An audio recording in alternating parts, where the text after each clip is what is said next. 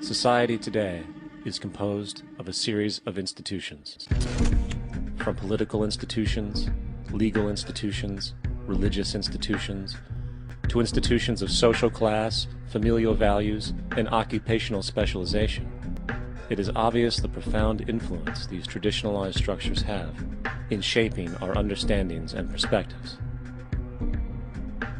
Yet, of all the social institutions we are born into, directed by, and conditioned upon, there seems to be no system as taken for granted and misunderstood as the monetary system.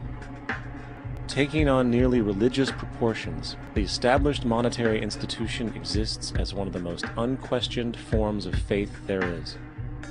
How money is created, the policies by which it is governed, and how it truly affects society are unregistered interests of the great majority of the population.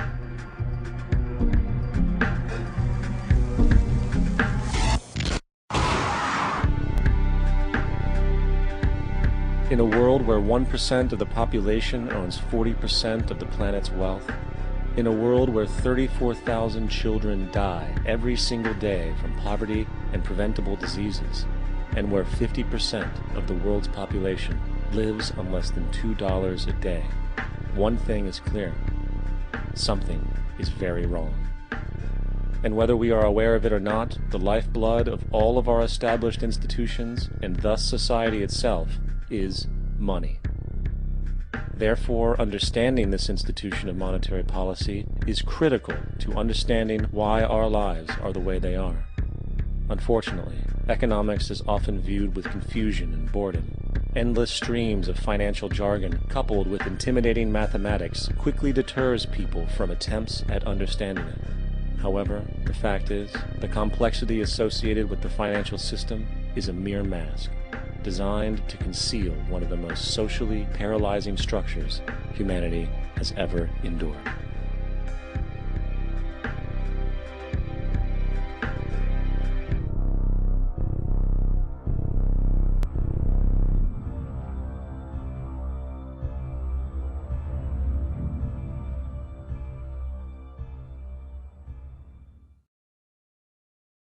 A number of years ago, the Central Bank of the United States, the Federal Reserve, produced a document entitled Modern Money Mechanics. This publication detailed the institutionalized practice of money creation as utilized by the Federal Reserve and the web of global commercial banks it supports. On the opening page, the document states its objective. The purpose of this booklet is to describe the basic process of money creation in a fractional reserve banking system. It then proceeds to describe this fractional reserve process through various banking terminology, a translation of which goes something like this.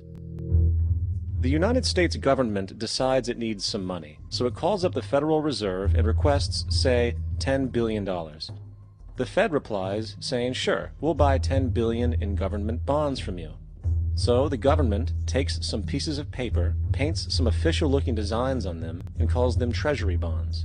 Then it puts a value on these bonds to the sum of $10 billion and sends them over to the Fed. In turn, the people at the Fed draw up a bunch of impressive pieces of paper themselves, only this time calling them Federal Reserve notes, also designating a value of $10 billion to the set. The Fed then takes these notes and trades them for the bonds. Once this exchange is complete, the government then takes the $10 billion in Federal Reserve notes and deposits it into a bank account. And upon this deposit, the paper notes officially become legal tender money, adding $10 billion to the U.S. money supply. And there it is. $10 billion in new money has been created. Of course, this example is a generalization, for, in reality, this transaction would occur electronically, with no paper used at all. In fact, only 3% of the U.S. money supply exists in physical currency. The other 97% essentially exists in computers alone.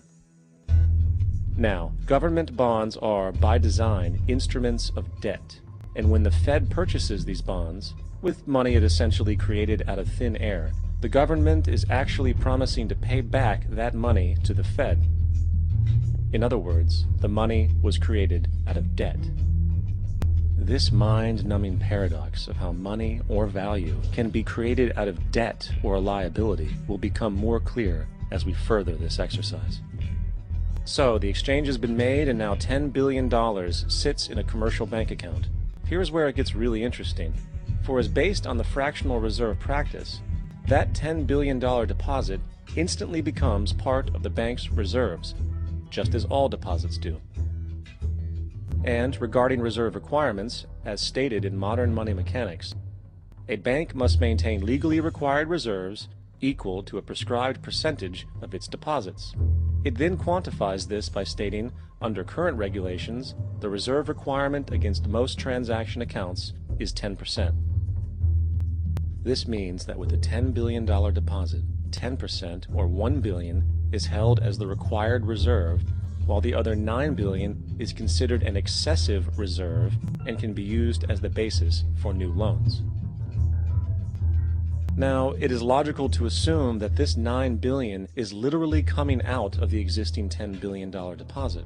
However, this is actually not the case. What really happens is that the $9 billion is simply created out of thin air on top of the existing $10 billion deposit. This is how the money supply is expanded. As stated in modern money mechanics, of course they, the banks, do not really pay out loans from the money they receive as deposits.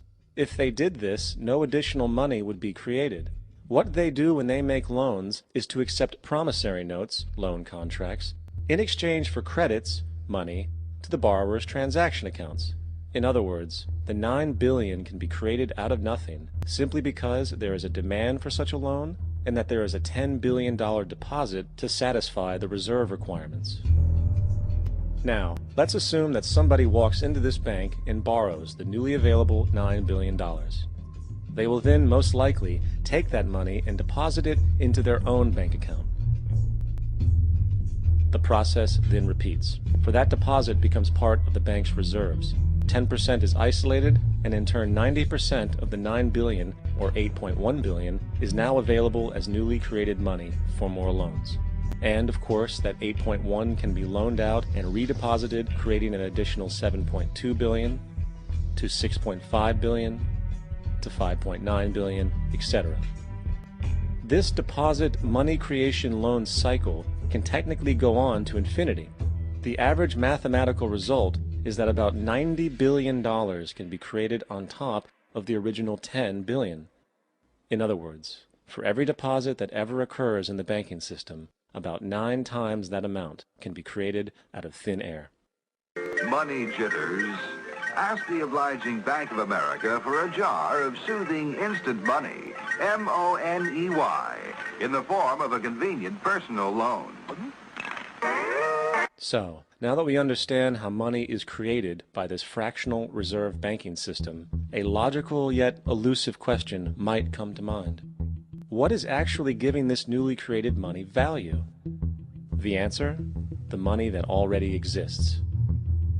The new money essentially steals value from the existing money supply. For the total pool of money is being increased irrespective to demand for goods and services. And as supply and demand finds equilibrium, prices rise, diminishing the purchasing power of each individual dollar. This is generally referred to as inflation, and inflation is essentially a hidden tax on the public. What is the advice that you generally get? And that is, inflate the currency. They don't say debase the currency. They don't say devalue the currency. They don't say cheat the people who are saved. They say lower the interest rates. The real deception is when we distort the value of money. When we create money out of thin air, we have no savings, and yet there's so-called capital. So my question boils down to this: how in the world can we expect to solve the problems of inflation, that is, the increase in the supply of money, with more inflation? Of course, it can't.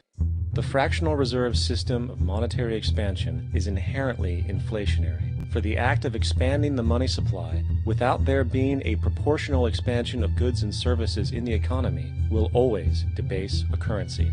In fact, a quick glance at the historical values of the US dollar versus the money supply reflects this point definitively, for the inverse relationship is obvious.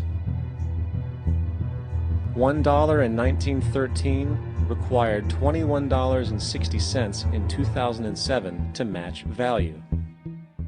That is a 96% devaluation since the Federal Reserve came into existence. Now, if this reality of inherent and perpetual inflation seems absurd and economically self-defeating, hold that thought, for absurdity is an understatement